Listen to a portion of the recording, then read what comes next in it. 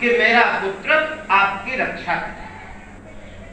सुग्रीव देखते हैं उस ऊंचे पर्वत पर कि नीचे दो नए नए वेशधारी बालक, जिनकी अवस्था अभी बहुत कम है, इधर ही आ रहे हैं।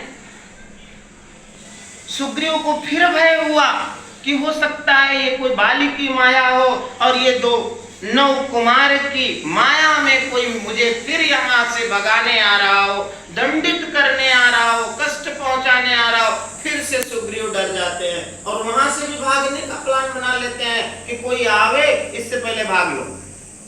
हनुमान जी कहते हैं नहीं, पहले उसका ज्ञान हो, कौन है, किस भाव से आ रहा है। महाराज सुग्रीव कहते हैं कि ये कार्य तुम ही कर। हनुमान जी ब्राह्मण का वेश धारण करके पहुंच जाते हैं राम और लक्ष्मण के पास,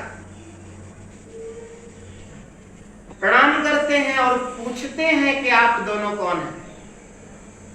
यद्यपि भगवान राम हनुमान जी को पहचान लेते हैं, फिर भी जब हनुमान जी ने ब्राह्मण का वेश बनाया था तो राम ने भी हनुमान को पहचान हो गई है। इस प्रकार का कोई अपने मुखारबिंद से वक्तव्य देना उचित नहीं। अपना परिचय दिया, बाद में हनुमान को पहचाना।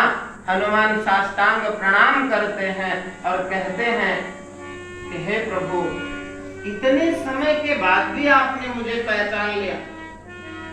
उन दोनों को लेकर के अपने कंधों पर बिठा करके पहुंचते हैं ऋष्यमुख पर्वत पर, महाराज सुग्रीव से मिलवाते हैं। और वहां चूंकि एक विषय जानिए, मित्रता शत्रुता सदैव बराबर की कोटि में होती है।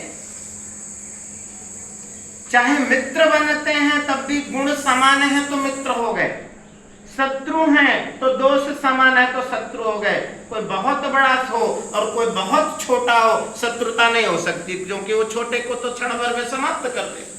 ठीक इसी तरह की मित्रता भी है। मित्रता भी बहुत छोटे से बहुत बड़े की नहीं हो सकती, क्योंकि वो एक दूसरे के सुख दुख के समान सहभागी नहीं हो सकते। इसलिए मित्रता